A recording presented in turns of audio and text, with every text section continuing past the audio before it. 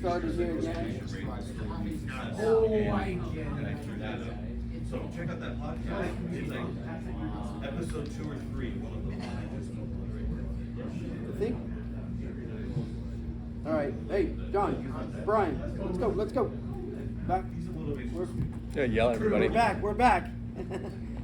Thanks again, David, for your presentation. That was awesome. I'll do a really quick advocacy update on NAIFA. There's really not a lot going on. We're all members in the room, right? Everyone's a member. Okay. If you're not a member, reach out to me or Janice, and we can get you all hooked up. If you're not a member of NAIFA, I mean, let's face it.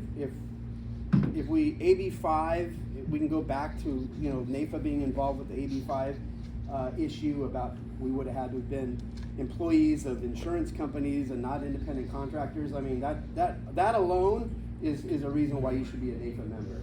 And then everything else that we've done since then and up until now, it's important to be a member of this association, the oldest association. If you want to know the history of NAIFA, the professor will give you the best history lesson of NAIFA. I think I'll leave now. Come back up. He'll give you the best history lesson of NAIFA. I've heard it. It's amazing what NAIFA has done and continues to do to this day. So if you're not a member, please join. Our next speaker is, and I'm going to read his bio since I just met George today, even though he says I look familiar, but we probably met over the years. He's been in the business 25 years. He's an MDRT member, fabulous agency manager. He's the named to Investopia's list of top 100 financial advisors. Congratulations on that.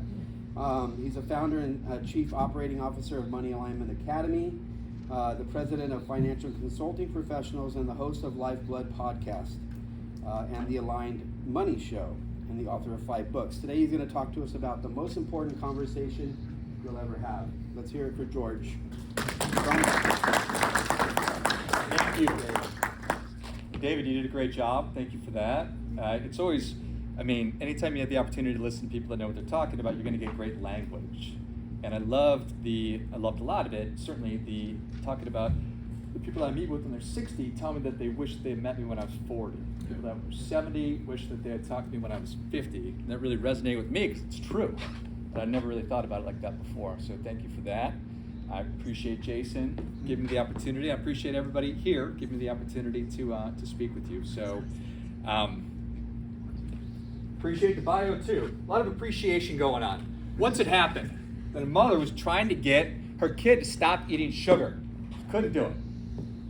So she heard the Dalai Lama was going to be in town. She thought, well, if anybody can get my kid to stop eating sugar, it's the Dalai Lama. So on the day the Dalai Lama was going to show up, she got in line with her kid. They waited in line for like an hour. Finally, it was their turn. Got to the front. Dalai Lama said, well, thanks for coming. How can I help? And she says, Dalai Lama, tell my kid to stop eating sugar. Dalai Lama looked at her, looked at the kid, said, come back in 2 weeks. Mother was like, okay, very well. So 2 weeks later, show back up, wait in line, get to the front of the line. Dalai Lama says, welcome back. Gets down on one knee and says, stop eating sugar. Mother, bemused but happy, says, well, why did I have to come back 2 weeks? I said, because I need to make sure I could stop eating sugar also. So, everything that I talk about, it's because it's the product of a mistake, because I screwed up. I made some kind of a dumb mistake. I made all the dumb mistakes, but thankfully I've learned from them. A lot of my work, I'm a 401k advisor today, and I do lots of talking on financial wellness, financial literacy, stuff like that. And when you do that, you realize that people need way more help than they're getting, and you need to make your message accessible. So I always start literally by saying I've made lots of great financial decisions over the course of my life, and I've made all the bad ones. Literally all the dumb financial decisions you can make, I've made them too. Spent the majority of my 20s in and out of credit card debt, living paycheck to paycheck, just doing stupid stuff with money. So I tell you that just so you know that wherever you're at, you can get to where you want to go. And you need to be relatable. You need to be vulnerable with people if you're going to be up in front of a room talking about money stuff. I never want to paint the picture that I'm some kind of a perfect genius because, number one, I'm not. I'm not perfect and I'm not a genius. But you'll discover that here in just a couple minutes. But that's also true for my path in the business. I got into the business in 2001, probably a lot like many of you. I had no idea what I wanted to do. It just sounded like something that I could do. So I went to work with New York Life. repeated my first year in the business 7 times. I don't know if anybody ever had that experience. Just repeated that 7 years in a row, and then they tricked me or talked me into going into management. And they thought it was a good idea to bring a mildly productive agent and then move him to a different city. So that was in Arizona, from Minnesota, started my career in Arizona, moved to Orange County, California as a sales manager or partner with New York Life. So I knew nothing about recruiting, very little about training and managing, nothing about interviewing, but you get the idea. Sort of, we thrust ourselves into these different situations and we muddle through it and we figure it out. So I spent 6 years doing that, 13 years in the business. I'm like, where do I fit in if I even do anymore? I looked around, I settled on the retirement planning space just because it's intellectually extremely interesting to me. Why do people have such a hard time with money? We use it every day, right? Shouldn't I be awesome at this? Yet there's so much more to money than just understanding how money works. So, however many years that's been now, 11 years. I do lots of talking about money. I think about money a lot. I started writing books again in 2018. I do a couple of podcasts, all this stuff. But it's all designed to equip people to get better at money so they can live how they want. And I have such a passion for the business, and I know I have a lot to offer financial professionals, whatever kind of financial work you're doing. And so I started to talk and train to financial advisors as part of that too a couple years ago. So that's how I arrived here today. So I'm a person, again, who makes lots of mistakes, but I learned from them, and I discovered one of my unique abilities, probably the one, like I have many, give me a break, is learning how to do something and then teaching other people to potentially do it. So confident that I'm going to be able to give you some tips or some tricks today that will get you a little further along or help you feel better about the work that you're doing, or ideally do better work and get the life that you are looking for. So I know that one of the greatest gifts that we can give to anyone is our undivided attention. And so that you have chosen to arrive here today and give your time and attention and energy to me and everybody else in the room, I'm grateful for, and I don't take that lightly. So I'm going to give you 100% of what I have and would love to keep in touch and help you however I can. So, all right. So much going on. We do so many different things. Our lives are extremely busy. We are spinning plates or juggling plates or however you want to think about it. You're obviously prospecting, you're gathering new names, you're doing a great job with fact-finding and presenting solutions, and you've got your back office and underwriting and this, that, and the other thing, and you need to be eating right and exercising and paying attention and professional development. It's an enormous amount that our business demands of us. We need to keep it all moving, and it's not necessarily an easy thing. In fact, it's really, really, really hard. But I know that, at least I believe, I've come to believe that my prime directive, the thing that animates me and drives me, is my desire to achieve my fullest potential. I think that is my prime directive, is I don't want to leave anything on the table. I want to deliver and do everything that I can. And sometimes that means I'm going too hard in one direction, and then I forget about this stuff, and I go too hard in the other direction, I forget about that stuff. And what we don't want is for our plates to end up broken on the ground. I don't want to spend too much time on my business and then my family feels like I am ignoring them or not giving them enough. I don't want to be too focused on professional development or exercise because then I'm not prospecting enough. But we all want more in a good way. I'm not looking for more just for the sake of more. I want to, like I just mentioned, realize my potential. But I want to have more clients. I want more revenue. I want more impact, but I also want to have greater meaning. And I want to feel better about the work that I'm doing, realize the impact that I have on the people that I'm serving. So that's what this is all about. I like to call myself a human doing more than a human being. Our spirit animal is a beaver, and that's just because put a beaver anywhere, he's going to start building a dam, right? Throw a beaver on Park Avenue in New York City, he's going to build a dam there. And I'm trying to become more of a human being.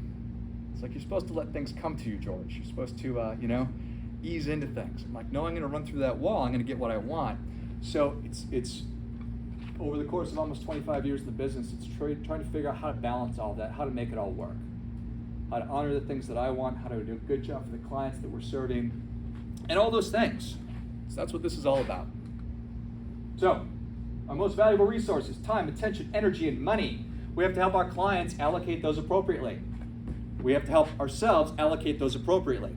There is an ever-growing number of people and machines and algorithms that are trying to extract these things from us. People want your clicks, they want your likes, they want your subscriptions, and they certainly want your money. So the closer we can get to making the best decisions, the most optimal decisions David was talking about with how we're allocating these resources, the better off that we're going to be. It's not a game of perfect. I'm still going to screw up and F up and do dumb stuff, dumb S.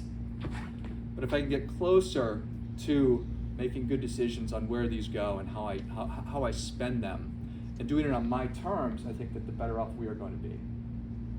We all go through quickly, website says, do you accept the terms and conditions? Accept. I'm like, yeah, of course I do. I want to get this thing that I want, that thing that I want. Never read it. And I realize, whose terms am I living under just in life? Right? Am I living under somebody's terms and conditions, or am I living under mine? And that's what this is all about, is how do I figure out what I want my life to look like, how I want it to be, and then start spending my resources aligned to what those things actually are. I think that that's going to get us closer. And again, it's not perfect, but getting closer to it, I think that that's a big part of the game. So, I really loved writing, and I think that we're all creatives. When we were kids, we liked to color or draw or build or whatever, right? And then the world promptly beat that out of us. You're like, that's enough. Get to work. Stop having fun. Start surviving. Get some debt. Get a crappy job that you hate. Certainly stop creating things and being artsy. And believe it or not, New York Life was disinterested in what I had to say about anything. Like, oh, you have ideas about things? No, thank you. No, thank you, George. And that's all large insurance companies. God bless them. They're wonderful companies, wonderful organizations. But once I left that environment, I got back into writing. And I just cannot advocate enough for the importance of writing. Because what you do when you're writing is you're thinking about what you're thinking about.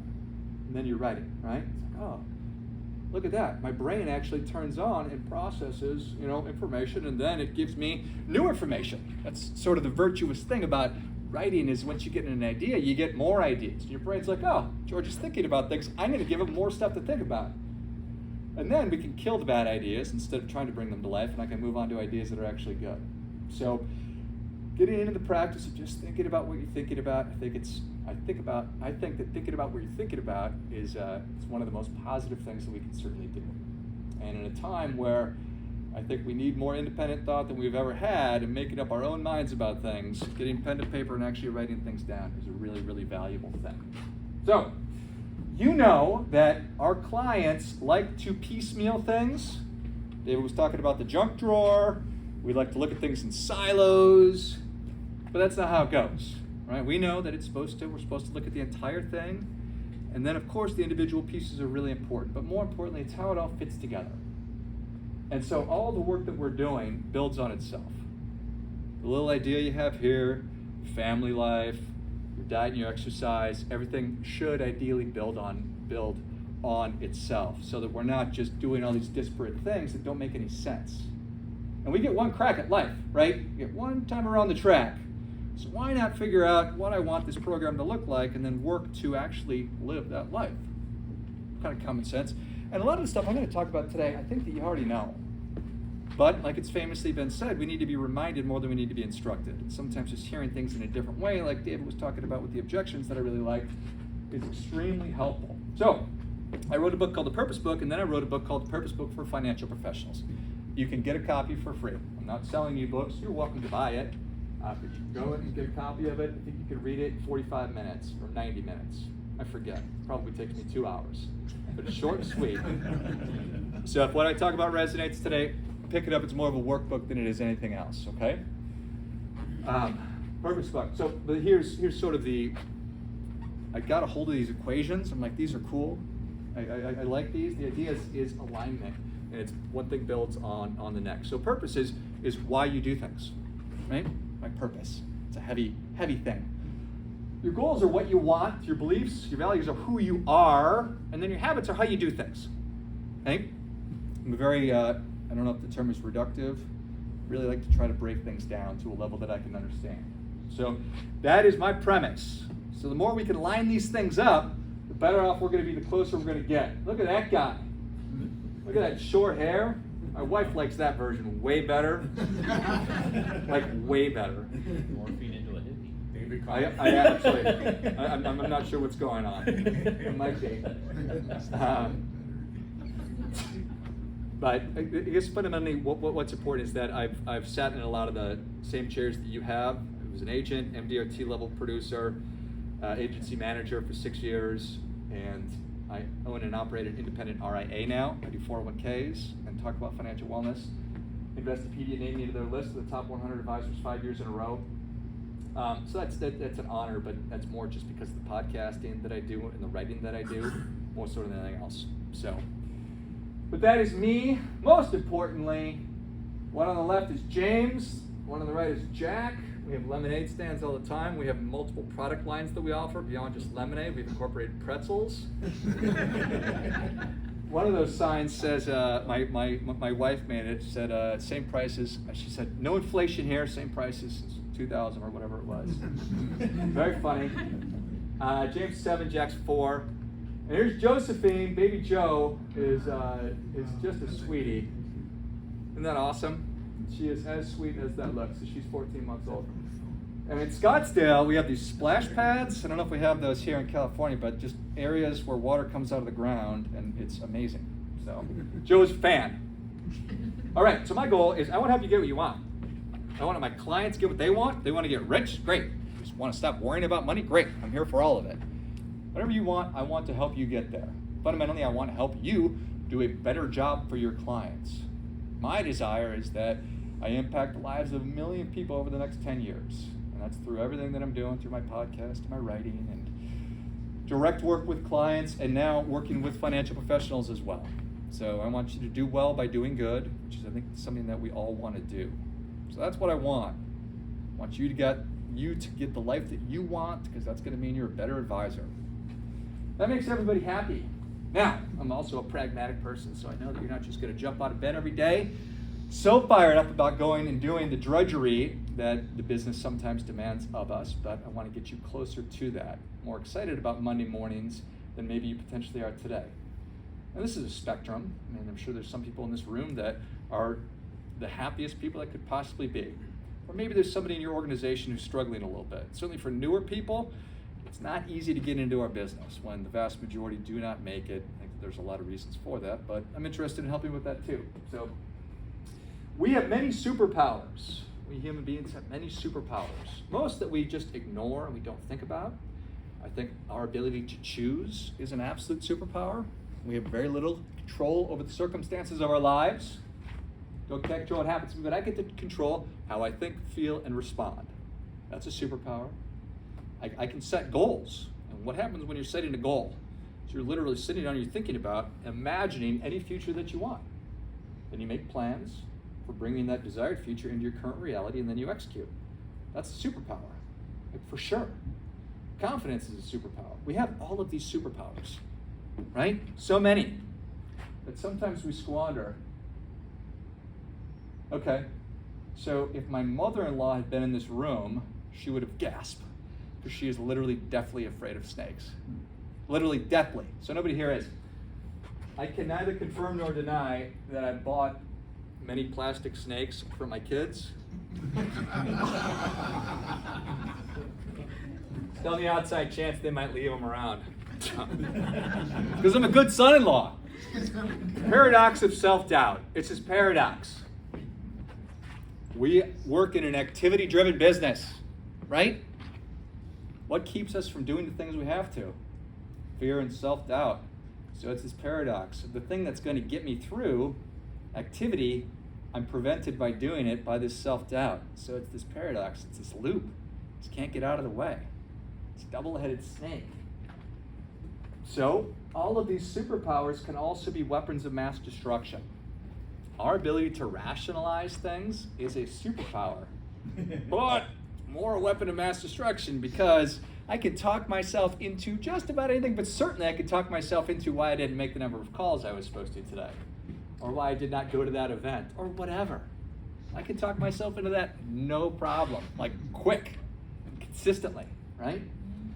Problem with that, obviously, is it's going to cause you to settle for things you don't really want. It's going to keep you stuck. It's going to usher you right out of the business probably pretty quickly. So the trick is figuring out how to get past that self-talk. I'm never going to tell anybody to pretend it's not there. Lean right into that. And that's really what we're going to talk about today.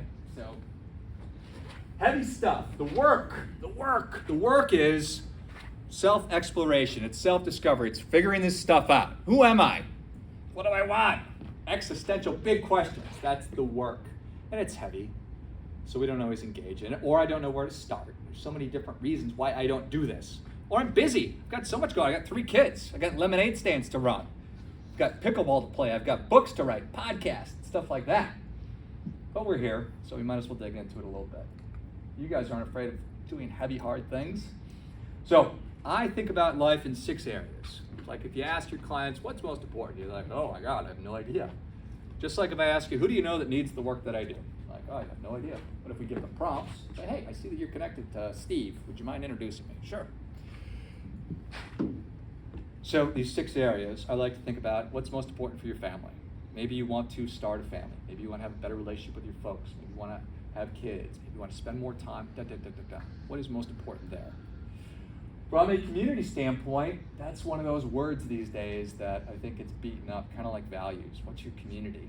That's the people that you want to spend more time with. You have an affinity, 2 or 4 groups that you want to help kind of nurture, get further along. So what is your community? What can you do to help strengthen that, get more involved? From a career and financial standpoint, this is your work, and then obviously your finances, so what do you want to accomplish there? Personal development, what do you want to learn just for the sake of learning?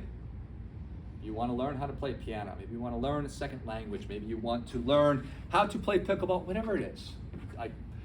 For years, people would ask me, what do you do for fun? I'm like, oh, I don't have a good answer to that question, because I didn't. Like, I like to go to happy hour. I like sleeping most. That's what it is, sleeping. So we need to be able to answer those questions. I played tennis as a young person, and now I'm playing pickleball, which is sort of a cliche also, but it's awesome. From a wellness standpoint, COVID taught us lots of different things, but it taught me I needed to be physically stronger, I needed to be mentally stronger, emotionally stronger, and I'm 45 years old. I've got a 1-year-old. Like, I better get my stuff together so I can chase these kids around for as long as they're interested in hanging out with me. So I knew that I needed to do all these things. So what are your priorities there? And then from a peace of mind perspective, what can you do? Just give yourself a greater sense of peace of mind. Get outside, play golf, do yoga. I don't know. I'm not interested in putting my values on other people. I'm interested in them putting their values on themselves, figuring out what these things are. I think that we all have passing ideas of these things, right? But have we actually taken the time to sit down and do it all? One of my favorite quotes is when Kennedy was at NASA during the space race. And we were trying to put a person on the moon, right? Trying to be first. Kennedy's there late at night, and he sees a janitor just busting his behind, working so hard. And he's curious what was going on, so he approached him. He said, hey, excuse me, I'm Jack Kennedy. Can I ask you what you're doing? It's like, Mr. President, I'm working to put a man on the moon. So how you look at something makes all the difference. That's also a superpower. We have the ability to choose our perspective on things.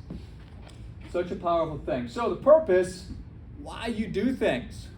Why do you do things? So heavy. Your why. Simon Sinek says your why. Like, I get it. Okay, I'm supposed to have a purpose. But I had no idea how to even go about or think about that. So that was pretty tricky. And I think that just do it, it's an awesome slogan. It sold a lot of shoes. But if I don't know how to do it, I can't just do it. It's not obvious how doing it is or how I even start with that. So just do it. Just go out there and do it. Figure out what your purpose is. I'm like, okay. So I sat down, I thought, okay, how do I know what my purpose is? Where do I even start? And I'm a step-by-step framework kind of a guy. So I think that it comes down to 4 different things. I think that you need to have a certain kind of belief, and I'll get into this. There's an expectation, knowing what matters, what needs to be done, and then actually taking action on that. And all this stuff is in the book, of course. So I think that the belief that we have to have is that you as an individual, have been given an amazing gift, and that you do things, and you are somebody that nobody else on planet Earth has ever been like or will ever be. But the skill set you bring to the table is of value. You are worthy of everything that you want. You're deserving of everything that you want because you are. The way that you do things is unique and special and effective, and the world just tries to pile stuff onto us like I've been talking about. And it's getting back down to that essence and appreciating the fact that I'm so grateful for the person that I am and the gifts that God gave me. So I think that that is the first step there. If you don't believe that that's true, I think you're going to have a hard time leading a purpose-driven life. The next thing is the expectation that the world expects more of you than it expects from other people. Pretty heavy. I'm looking for responsibility all the time. I'm looking to pick up something heavy and carry it wherever it needs to go. That's the opportunity. Look for where there's been an abdication of responsibility and step up and do something about it. Pick up the thing that needs to be picked up and carry it where it needs to go. I think I'm the person for that job. Y'all are working in a really challenging career, so you think that too. You think that you're the person to protect families, to guarantee money, to help people get whatever they want when it comes to their money. So that's a powerful thing. Right? Knowing what matters and what must be done. You gotta know what matters. Is that obvious? I don't know. Not everything can be the most important thing. I think we sort of think that. It's my number one thing. So is this. So is this. No. Not everything can be the most important thing. You have to decide what matters to you. For yourself, your family, your business, your life. You decide. Don't let anybody else tell you what matters to you. And then you have to know what must be done in service of that thing that matters. And it's doing it. Taking aligned action. I can sit down and I can write all this stuff down. Like, oh, I did it. Great. And I can pray and hope that it's going to come to life. And maybe it will. But I think we need to take aligned action in service of getting what matters and doing what matters. I'm going to get up and do that every day. Okay? I think you put all that together and you are on track to lead a very, very purpose-driven life, a mission-driven life, a life of meaning. So, in terms of your business, what matters most to you about your practice, and these are things that must be done. Same thing for your family. All those 6 areas, knowing what is the most important thing, and then making decisions on how to allocate your resources based on that. Again, time, attention, energy, and money are finite. I only have so much. So I need to know what matters so I can allocate those things to what matters. Thomas Sowell famously said there's no solutions, only trade-offs. So when you say yes to one thing, you say no to everything else. So I need to get good at making those kinds of decisions, at prioritizing, then taking action and saying no. No thank you. No thank you. Wouldn't that be better if people just said no to us? Instead of being the life insurance agent that the only time somebody goes away is when we buy from them. I know I've certainly felt that way. Just say no, you know. So we need to be able to say no also. All right, be convinced and acting unapologetically. The best people in our business, the best people in every field, are convinced of what they're doing. They are convinced of the value that they are bringing, of the impact that they are having, of the work that they are doing. And they go about it not giving an F. This is what I know to be important. This is the work that I'm doing, and I'm going to go ahead and do it. And I'm not apologizing to anybody about the importance of my work. And I know this is a tough one, especially as I was getting into the business. I did not feel this way at all. I felt for the longest time I was doing something like the one-card system teaches, Al Granum, I was doing something to people instead of for people. That was for sure me. I was 22 years old. I didn't know anything about it. I was going through the motions, and I was doing the things, and I was saying the words, but it wasn't connecting at all.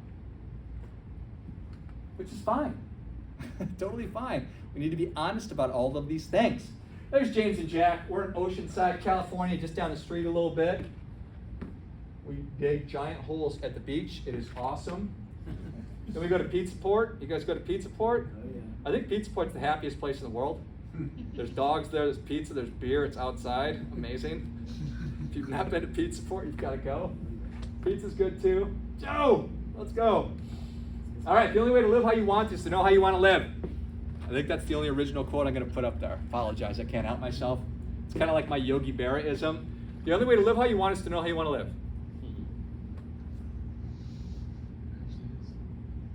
Makes sense. Very simple. Super simple, right? Gosh, what does a great day look like for me? Am I doing that? Now, I know I can't do everything that I want to do all the time, but the idea is to get closer to it, a little bit at a time. I decided I want to write every day. Okay, I can figure out how to write for 45 minutes every day. I can squeeze that in somehow. I want to do podcasts. Okay, I can figure out how to do that. You can figure it out. You guys are ninjas, for goodness sakes. Whatever you want, you can figure it out. So, goals. Superpower. Imagine any future, work to bring it to life. You know how long I've known about goals? The power of goal setting? I learned probably at about 10. Took me till I was 35 to actually write them down. Only 2% of Americans have written down their goals, and you guys know this. You know. I don't know how many of you have actually written them down. Hopefully everybody. But some of you are like me. You're like, yeah, I get it. Totally. Goals. Got to write them down. Never do. But they're right. The verdict is in. Writing down your goals actually helps you achieve your goals. Thinking about the life that you want is going to get you closer to the life that you want. If you have no idea, you're just carried along by the current. Oh, I'm going to go over here now. Let's go show up over here now. And that was for sure me. It still is sometimes, right? Not perfect at this. I guess the term is intention. Figure out what you want and work to get there. Maybe you can't do it, but you know that you tried, right? But I bet that you can. So, I don't want to spend too much time on this, but I think that we have goals wrong in a lot of ways. You think about, once I do this, then I'm going to feel this way. David was talking about feeling. He's right. Daniel Kahneman, rest in peace, said that 90% of the decisions we make about money are based on emotion. So that's all of them. I remember hearing that, I'm like, no way that 90% of my decisions are based on emotion. And then I thought about it some more, I'm like, oh yeah. Everything I do is because how I feel about things, right? I grew my hair this way because I like it, apparently, because it feels good. I wore these clothes because I felt a certain way about it. Everything we do, it's how we feel. Once we figure that out, then yes, we can act more logically and rationally. But so much of it, the fast and slow, the fast is your knee-jerk response. It's your emotional response. And then once we know, then we can think slowly. So that's what Daniel Kahneman wrote, thinking fast and slow. Slow part of our brain is the reason logical part of our brain. Okay? But how do you want to feel? Think about it like this. If Michael Phelps had said, you know what, once I win gold, then I'm going to start really training. No, that's not right. You need to decide how you want to feel. You feel like an Olympic champion now? Yeah, that's how I feel. So train like that now. You feel like is your hand up? Oh, you feel like a top of the table producer? Even though you're not, you're just getting started. It's okay. How does that feel? Feels good. Feels confident. All right, so that's how I want to feel. I want to feel this way. What is it going to take to actually get there? So it's word association. You get to decide. You get to decide how you feel. You want to feel like a bad mamma jamma? You want to feel like whatever, an extremely knowledgeable advisor? You want to feel like you're a very, very caring, kind person. I'm very empathetic. I have a high emotional IQ, or whatever. I'm a killer. I'm going to break every sales record ever. Doesn't matter to me. I'm not passing judgment. So you decide. Be convinced of it. You decide how it is that you want to feel about the work that you're doing. And the same thing goes for you as a family. Say, you want to be a good dad. Okay, how does that feel? What does that actually look like? What does it take to get there? So we need to decide how we want to feel first instead of the opposite. Like, once I hit MDRT, then I'm going to start doing these things. No, you may never do it. And then we want to dig into this. All of my kids, even Jo, even though she can't talk, she still asks me why. It's amazing. So there's 5 whys. I don't know why it does that. It just gives me ones. I swear to God, it wasn't like that before. I would never do that. But it's simply one question builds on the next. Why do you want to be a great financial professional? Because I want to have a positive impact on my clients. Why do you want to do that? Because I want them to have financial peace of mind. Why do you want that? Because I want them to be able to focus on what's most important. Why do you want that? Because I want them to live the best lives they can. Why do you want that? because that would allow me to do well by doing good. So you're just talking yourself into it. I'm getting convinced. Instead of just saying, be convinced. So you think about what you want, how you want to feel, and then go down the line and say, why do you want that? Why do you want that? Why do you want that? And again, whatever it is, if you want to be rich, if you want to be more attractive to the kind of people you want to be attractive to, whatever. I don't care what it is. I want you to know what it is and to go get it. So your goals for your practice, just like your life, you can do whatever you want. You can decide who you want to work with. You want to do ESOPs, you want to sell whole life, you want to do 401k plans, you want to do estate planning, whatever. You can do all of it. You can do any of it. Just make the decision. How many clients do you want? How much money do you want to be earning? How much time do you want to be spending? Maybe you want to work 15 hours a day. Maybe you want to work 3. I don't know. Do you? That's what we're trying to get to. What products and services are you interested in marketing? I don't need to go through this. Y'all are familiar with specific, measurable, attainable, realistic, and time-bound. The time horizon, I mean, for everything, you talked about the R factor question, which I think is a Dan Sullivan strategic coach thing. If we're sitting here 3 years from today looking back at the period of time, what has to happen for you to feel happy with your progress?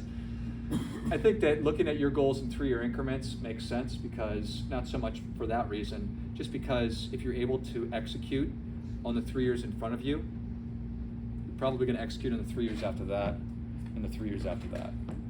So obviously I want you to have long-term goals for your practice and your life, but just really focus now on these 3 years in front of you. What do I need to be doing every day? And then you really do position yourself for success, because obviously the more you do things effectively, so many virtuous things happen. You become more confident, you figure out how to do things, you develop grit, all the good things, right? It's going to keep things going. This is a good one. There are 1,000 hacking at the branches of evil to one who is striking at the roots. Woo, buddy, we love talking about symptoms instead of getting to the root cause of the problem. Even though I think we all intellectually know that I should be trying to get to the root cause of the problem, I'm just going to talk about the symptoms of things. So what does this mean? Beliefs are who you are. Your phone has an operating system, right? It's running it's just running right now. It's doing tasks on our behalf. It's updating your Instagram and your Facebook and everything else. Well, we have an operating system as well. It's our subconscious mind that is constantly running 24/7. It's estimated that we make around 36,000 decisions every day. Okay? So if you're sleeping 8 hours, that's a lot of decisions over the course of 16 hours. If you did those consciously, you wouldn't be able to do anything except for just make these little decisions constantly. So our operating system is running in the background and doing that on our behalf, which we're grateful for so long as it's operating correctly. All right? If I have a faulty operating system, your phone does not work, so why would you and I work? And we don't. So that is really what our beliefs are. I've talked a little bit about this already, but where do these beliefs come from? Well, they come from about Joe's age, birth, to about James's age, so 7. So you act the way that you do because of your experiences during that time. So the reason you believe success to be the way you believe it or think about it is because of that. The way you think about money is because of that. The way you think about relationships is because of that. All of that stuff. Some of it was downloaded, some of it was hardwired into us, but most of it was just observed, right? So, cool, maybe, could be. So I do this podcast, it's called Lifeblood, it's awesome. I'm not obviously biased. We had on this gentleman named Martin Gonzalez, and Martin is a Googler who headed up their incubator program for 10 years. So all the small businesses. Like, this is going to be a great conversation. He wrote a book called The Bonfire Moment based on it. I just had him on last week. And I was shocked. He said that the people stuff is way harder than the tech stuff. Like, oh, wow. So his whole thing is, how do you develop culture and deal with personalities within a tech startup? And another thing that he said is that as you embark on this journey of entrepreneurship, your confidence will never be higher than it is at the beginning.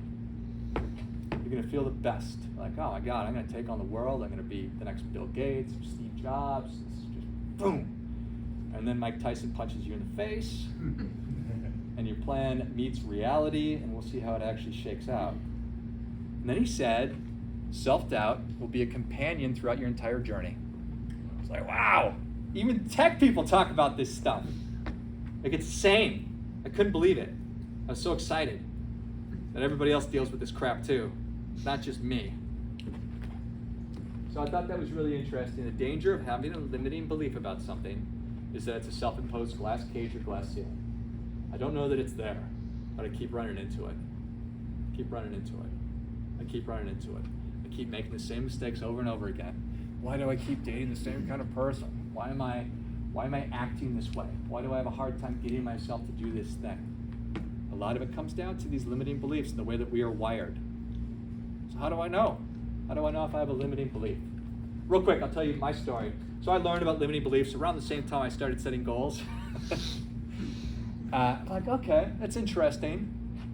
Like, I wonder why I struggled financially in my 20s. I was making lots of money, but I avoided money. I was working as an agent.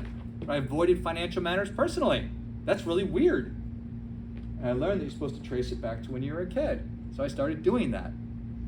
Started looking, sort of rummaging around. And I remembered, so I grew up in northern Minnesota, a town called Duluth. It's a great place to grow up. We were a working class family. My mom was a single mom who was a school teacher, and they didn't pay them very much back then either. So there's just never enough money to go around. Okay, probably pretty similar experience to a lot of people. Once a month, she would pay bills. That meant she would literally spread all of our bills out on our wooden dining room table. My older brother and I knew we got to stay away from mom because she just stressed out, was trying to figure out how to make it work. And it worked. Month after month, year after year, avoid money, avoid money, avoid money, avoid money, avoid money. So I did. Then once you learn about that, you're like, that's why I wait till the last minute to pay my bills. That's why I never check my bank balance. That's why I never budget. Certainly never got a budget. Why would I do that? That's uncomfortable. So it makes all the sense in the world. So every single thing that you're struggling with, you can trace it back. You can trace it back. So when somebody says, I was just doing I did a presentation yesterday, and right away, one of the people said, I'm just not good at money. I'm like, yes, you're not, because you think that, and you really believe that. It's like, if you say that, you're gonna have a really hard time becoming financially successful. If you believe that you're not good at money, or you can't figure it out, then you're gonna have a hard time doing it. You're pushing a rope or whatever. You're trying to put two magnets together. There's two heads on a snake. I don't know what it is. You get the idea. It's going to prevent you from getting to where you want to go. So, thinking fast and slow, I think that we look for our triggers. What is it that triggers us? And that is evidence, potential evidence that you have a limiting belief. So when it comes to money, you can answer these in any way. Money is the root of all evil, awful, a tool for helping me get what I want. In my family, money was a source of contention and stress and anxiety. In my family, money caused my parents to divorce. I don't know the answer to these questions, right? But you look for it. Oh, wow. I think that people with money are awful. Or I think that people with money are entrepreneurial, or have a lot to teach us, or do wonderful things with the money. You see, you can answer these questions any different way. But the idea is to answer it as quickly and honestly as you can, without overthinking it. And then you make the decision, okay, wow, I never realized. I really do think that I'm not good at money. I'm not smart enough to think about finance. There's plenty of people that think that, right? And very few people are not smart enough to figure this stuff out. But it's then a function of, you have a choice. You get to decide how you think and feel about money. So you decide, how do you want to feel about money? I just want to be financially secure. I want to stop worrying about it. Or I want to get rich. I want to start a business. I want to feel like I'm in control of it. I don't know. It's like, how do you want to feel about your interactions with clients? And you do this for yourself right now. Think about when my prospects see me calling them or emailing them, what do they think? Oh my God, I don't want this. They're never going to want to talk to me. Oh, George is calling. He's going to have an idea for me. I don't know. What do you think? When you're reaching out to your prospects, to your clients, what are they thinking? Could be some head trash there. They'll never talk to me. Nobody wants to talk to me. My work's not valuable.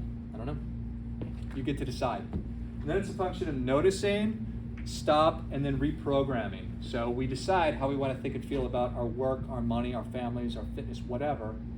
And then you pay attention to your thinking. You think about what you're thinking about. And you catch yourself being triggered. You say, oh, you know, there I go again. No, that was the old me.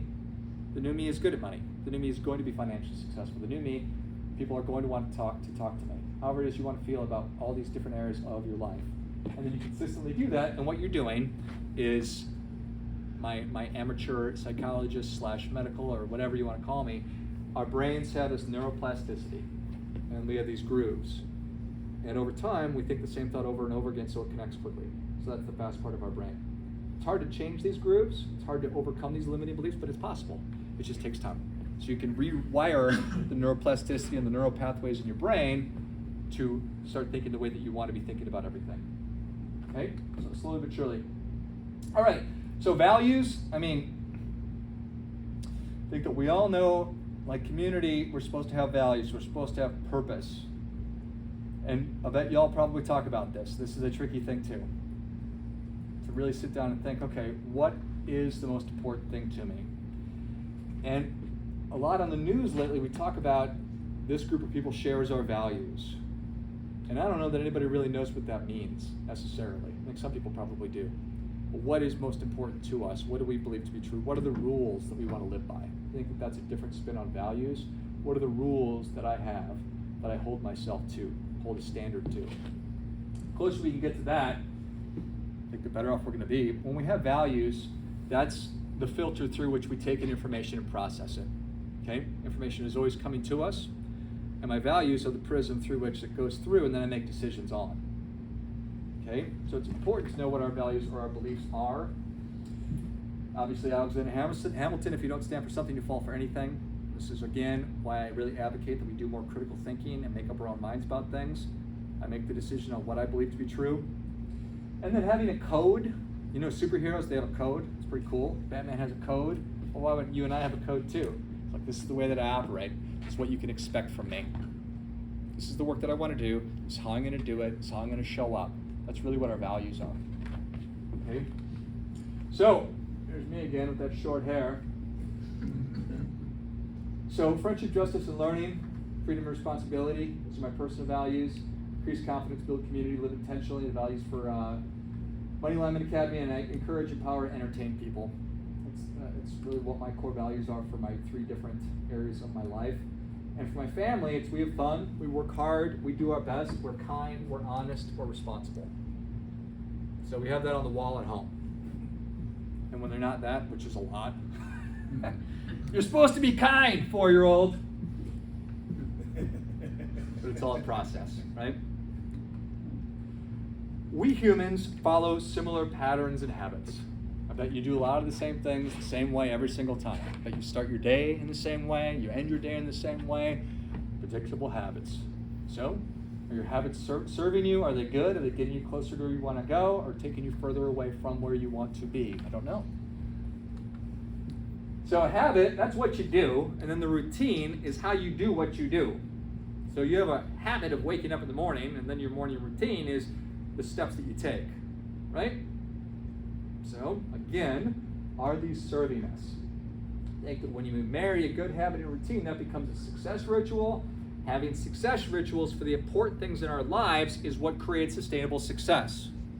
It's one thing to know what your purpose is, to know your goals, to know your beliefs, that we need to put it into action and take that inspired action in service of getting you what it is that you want. So that's what this is all about, is creating different success rituals in your life.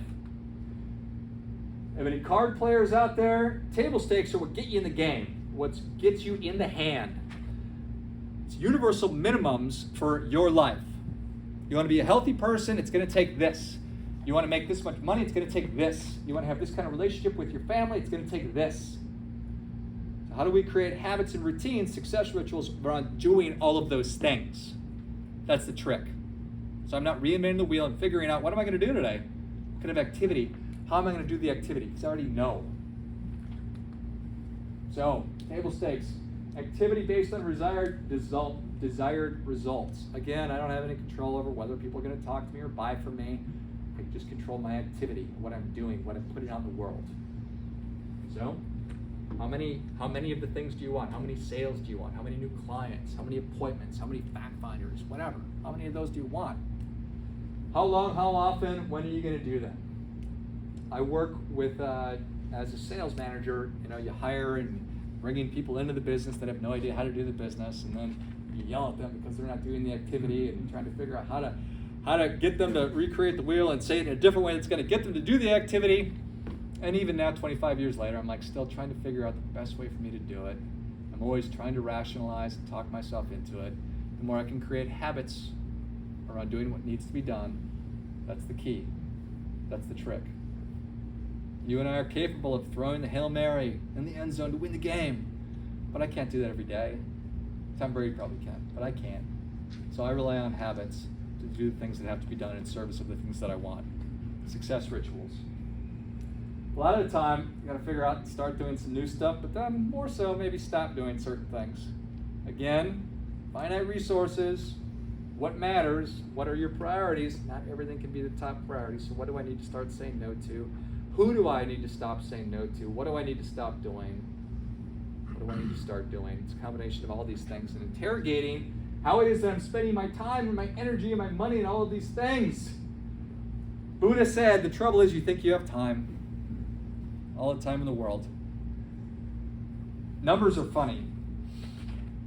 So I realized the other night, I'm 45 years old, that I am as close to 60 as I am 30. Holy shit.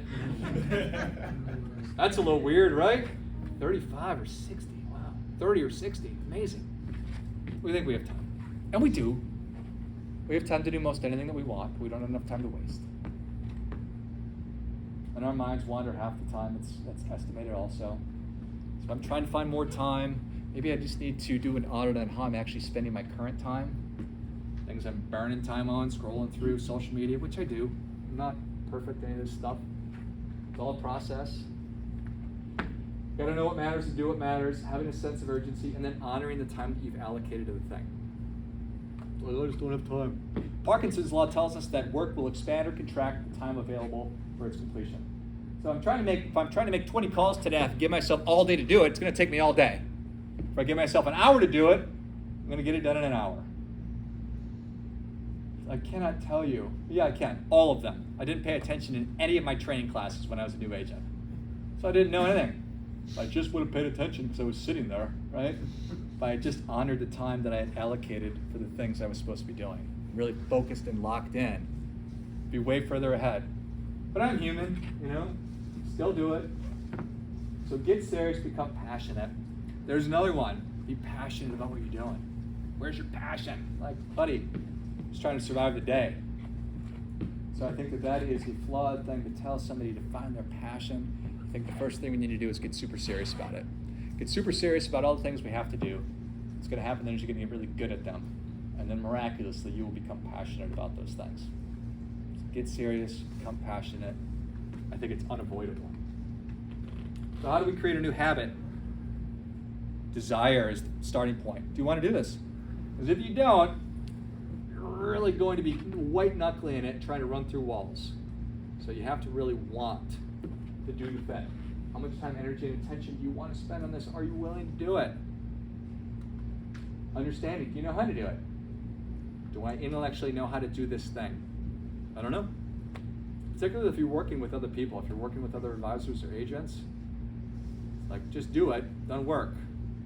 I'm sure that you've coached them up and it's very frustrating because they don't do the things that you ask them to do, but revisiting that, where do we need to improve? But then most importantly, where can you get the help that you need? If you're having a hard time making phone calls, the answer is to not make phone calls. That's not the answer. The answer is to get somebody to make calls with you, or to have somebody who can help you. Or if you're not comfortable walking into a business and introducing yourself, the answer is not to not do that. It's to figure out how to overcome yourself to do what needs to be done in service of what you want. So we need to put mechanisms in place to ensure the completion, because this stuff is too important for you to not do. And then it's got to fit. It's got to fit into your life, this new habit. Because if you're a person who's like, I can do everything, like me, there's plenty of time to fit everything in, do you already have a habit that you can piggyback this new one onto? Where can this fit into your life? And that is the trick. Okay? Try to make it easy. Coming up to the end. Appreciate everybody's time and attention here.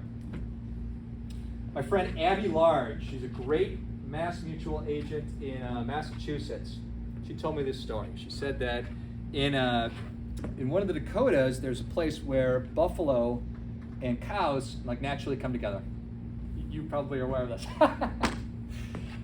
And it's really interesting because it tells you the distinct difference between these two animals. It's very flat, so you can see forever. And so you can see a storm coming in. Cows start going the opposite way. Buffalo say, nope, I'm going right into it. Because they know they head into the storm, it's going to be over them for a lot shorter. So instead of trying to avoid our problems, to avoid our discomfort, to avoid doing the things that we know we have to do, cows avoid it, buffalo walk right into it.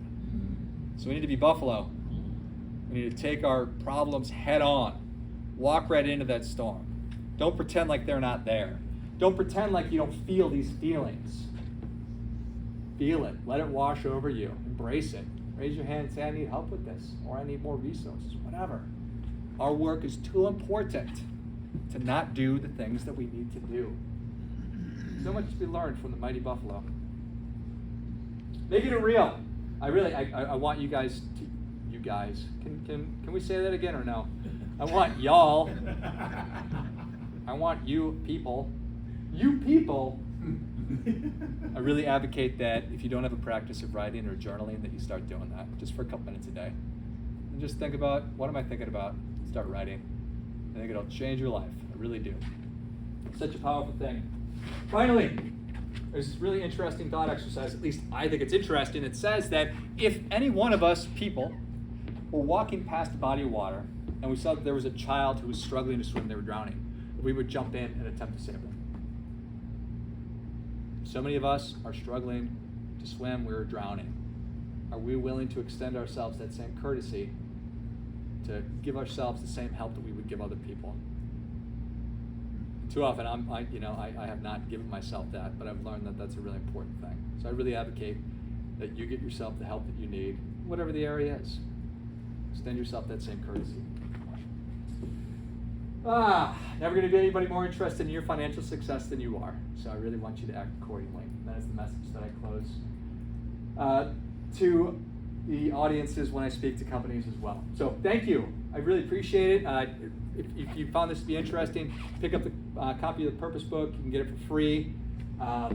Check out the Aligned Money Show. Check out the Lifeblood Podcast. Shoot me an email. Be thrilled to connect with anybody. So I appreciate time and attention.